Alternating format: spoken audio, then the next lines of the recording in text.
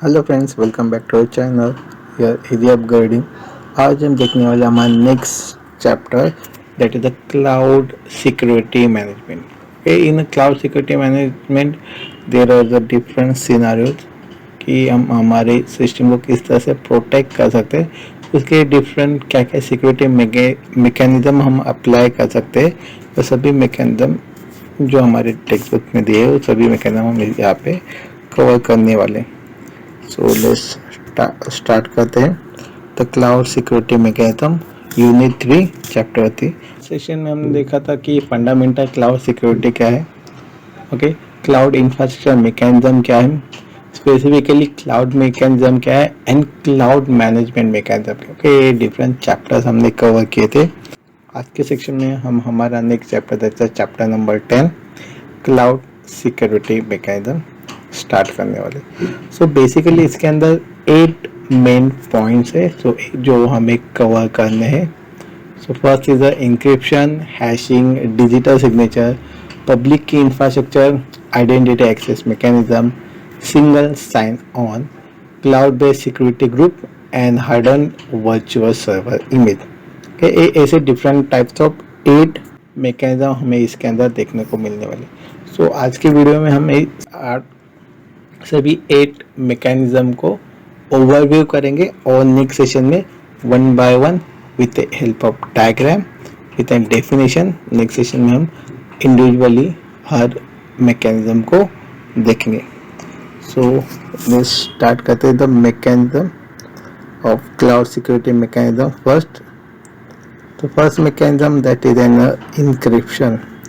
सो basically encryption क्या होता है, इंक्रिप्शन क्या होता है, किसके लिए हम यूज करते हैं। तो इंक्रिप्शन मीन्स जो भी हमारा डेटा होगा, कि by default data in the sense जो भी हमारे information, okay, in a digital world में हम बोल सकते हैं जो डेटा है हमारा, उसको सिक्योरिटी प्रोवाइड करने के लिए हम क्या करेंगे, इंक्रिप्शन करेंगे।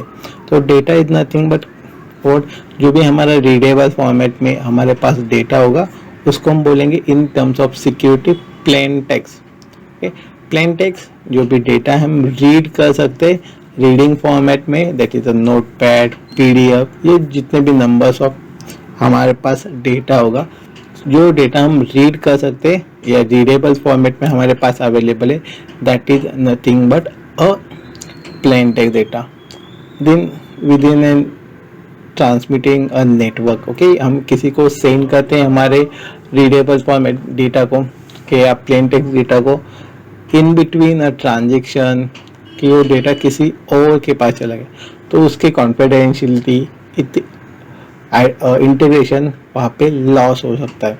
तो उस कॉन्फिडेंशियलिटी और इंटीग्रिटी को लॉस ना हो पाए उसके लिए हम क्या कर सकते हैं, यहाँ पे एक इंक्रिप्शन मैकेनिज्म अप्लाई कर सकते हैं। तो encryption mechanism means what, the encryption mechanism is an digital coding system dedicate to preserving the confidentiality and integrity, कि जो भी हमारा डेटा हम सेंड करने वाले, पास करने वाले from one A to B, just like so जो भी डेटा होगा हम करेंगे in encrypt format. Encrypt in the sense password हो सकता है या सिंपल प्लेन टेक्स्ट जो रीडेबल फॉर्मेट है उसको क्या करेंगे हम cipher text. Okay, another term यहाँ पे क्या देखो, cipher text that is nothing but a non readable format. जो भी हमारा डेटा होगा उसको हम कन्वर्ट करेंगे इन अ non readable format, that is cipher text and send करेंगे। ओके, अभी cipher text non readable format है, तो जो यूजर होगा, कि जो रिसीवर होगा, वो कैसे रीड करेगा, वो क्या करेगा, अगेन उसको डिक्रिप्ट करेगा। Decrypt in the sense convert to cipher text to plain text, that is nothing but a decryption process. ये दो प्रोसेस हम इंक्रिप्शन के अंदर करने वाले। सेम नेक्स्ट इसके अंदर होगा कि जैसे कि हम यूज करने के लिए क्या क्या मैकेनिज्म यूज कर सकते हैं। ओके, एक तो हम इंक्रिप्ट एंड डिक्रिप्ट के लिए सेम की या सेम पैटर्न से उसको कर सकते हैं, that is nothing but asymmetric encryption. If हम दो डिफरेंट मैकेनिज्म यहाँ पे यूज करेंगे तो उस पर्पज के लिए हम इसको बोलेंगे असिमेट्रिक इंक्रिप्शन। ओके, तो पैटर्न इंक्रिप्ट और डिक्रिप्ट का पैटर्न सेम होगा, तो that is nothing but encryption, और डिफरेंट होगा तो that is nothing but asymmetric encryption. Okay, then next second वाला पार्ट देखेंगे, that is the more secure than encryption, that is the hashing. Okay, because of key encryption decrypt हो सकता है, कुछ भी चेंजेस इसके अंदर हो सकते हैं, मतलब जो भी हैकर होगा या जो थर्ड पर्सन है जो फाइल को एक्सेस करे, डेटा को एक्सेस करे, उसको रिवर्स फॉर्म में कन्वर्ट करके जो भी उसका डेटा होगा, प्लेन टेक्स्ट होगी, इंफॉर्मेशन होगी, उसको गेट कर सकता है। बट हैशिंग ऐसा मैकेनिज्म है, hashing is a mechanism is use when one way. Okay, one way में उसको हम यूज करते हैं, जैसे एक बार हमने कोई भी फाइल को इंक्रिप्ट कर दिया या कोई भी डेटा को हैशिंग एल्गोरिथम अप्लाई कर दिया, तो उस डेटा को हम रिवर्स नहीं कर सकते। Okay, that is a non reversible form of data protecting is required, कि जैसे कि कोई भी डेटा हम प्रोवाइड कर रहे तो कन्वर्ट हो जाएगा एक सिक्योर फॉर्म में, तो वहां से रिटर्न नहीं आएगा। अभी फॉर एग्जांपल कि ऐसा डेटा हम कौन कहाँ पे रख सकते हैं, किस तरह से इसका एग्जांपल देख सकते हैं। तो एक जनरल एग्जांपल आप देख सकते हो कि आप नंबर्स ऑफ जितने भी सोशल मीडिया के अकाउंट्स हैं आपके, फॉर एग्जांपल कि वहाँ पे आप कोई पासवर्ड भूल गए। ओके, पासवर्ड भूलने के बाद कि कभी भी कोई भी सोशल मीडिया का अकाउंट, फॉर एग्जांपल गूगल, कि वो कभी भी आपको एज इट इज पासवर्ड आपका रिटर्न नहीं करता। ओके, तो क्यों? क्योंकि वो जो पासवर्ड होता है वो गूगल को भी पता नहीं होता, इतना गूगल सिक्योर है। ओके, किस तरह से? क्योंकि जब भी हम पासवर्ड स्टोर करते हैं, ओके, फॉर एग्जांपल जो भी पासवर्ड है स्पेसिफिकली गूगल के डेटाबेस के अंदर स्टोर है, फर्स्ट थिंग। तो कैसे स्टोर है? By using an hashing algorithm.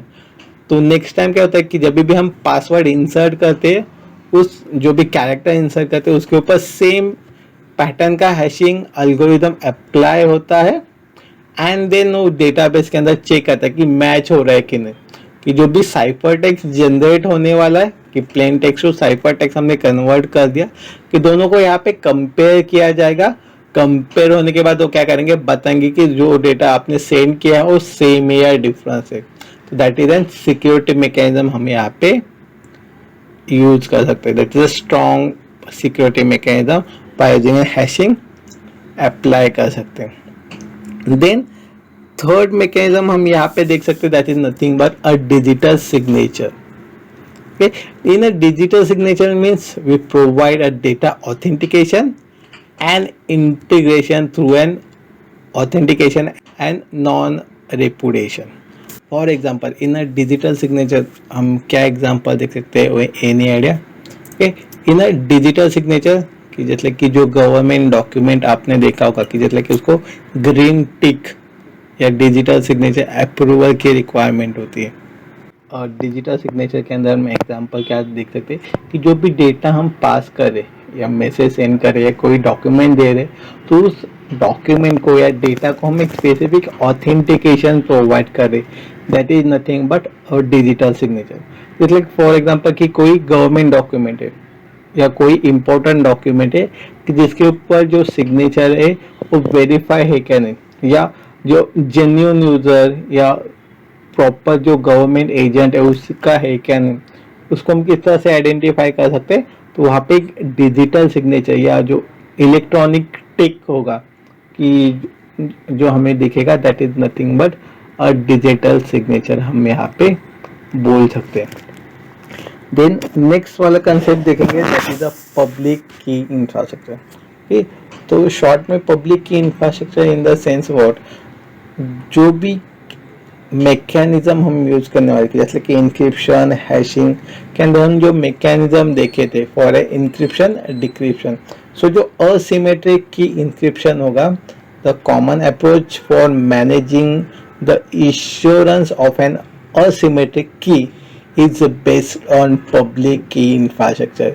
यहाँ पे हम क्या करेंगे, जो असिमेट्रिक की मैकेनिज्म हमारे पास है उसको प्रोवाइड करने के लिए हम क्या करेंगे, टू डिफरेंट की यूज करेंगे, one for public and one for private.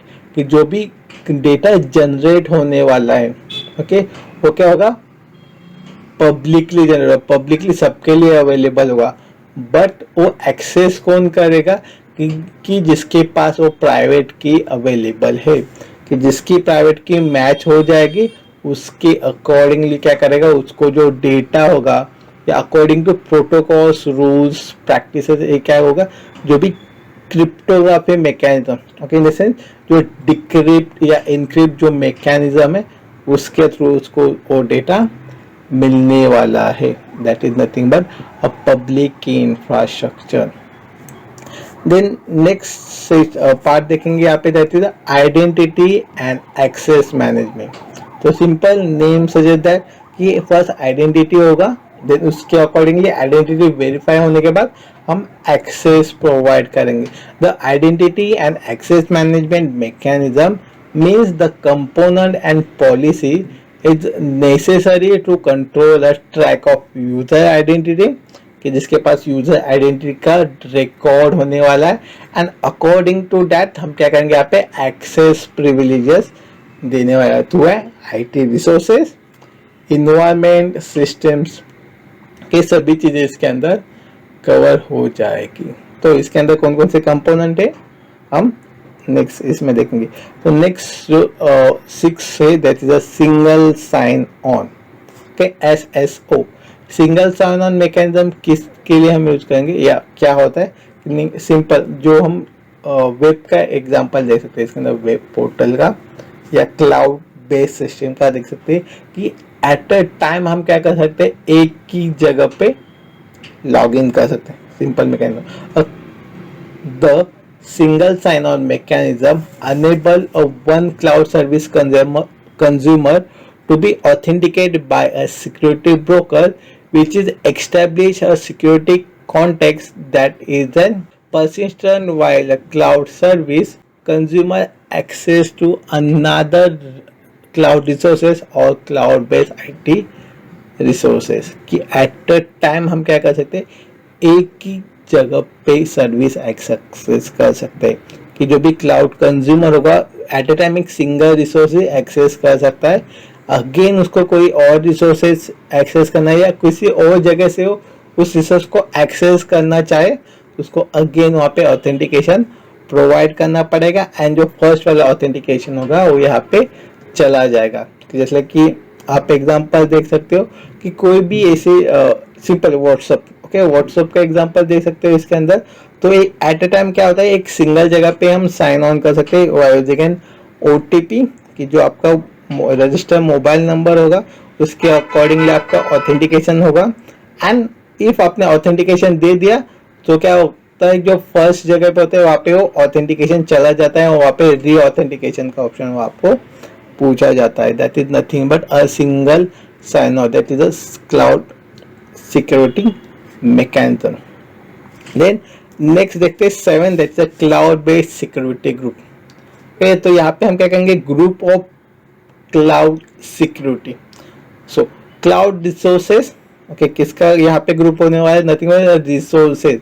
The cloud resources, the segmentation is an process which a separate a physical and virtual IT environment are created for a different users and group.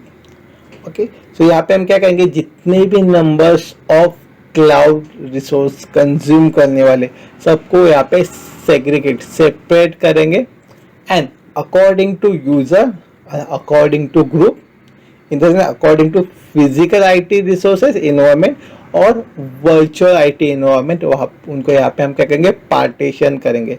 तो partition के accordingly जो भी आपको security उसके ऊपर provide करने के, जैसे कि फायरवॉल, कोई भी आपको वर्चुअलाइजेशन टेक्निक यूज करके कोई भी सिक्योरिटी प्रोवाइड करनी तो आप वहाँ पे इजीली प्रोवाइड कर सकते हो. देन लास्ट इसके अंदर पॉइंट हम देखेंगे, that is the hardened virtual server image. Okay, the hardened virtual server image. तो ये क्या है, वर्चुअल सर्वर इमेज क्या है, तो हम क्या करेंगे, थोड़ा सा क्लाउड के अंदर भी जा रहे. तो क्लाउड के अंदर एक मोस्ट इंपॉर्टेंट कंसेप्ट है, that is N virtual machine. In a virtual machine hardened virtual server image, image in the sense iOS file हमें पता है उसको हम क्या बोलते हैं, इमेज.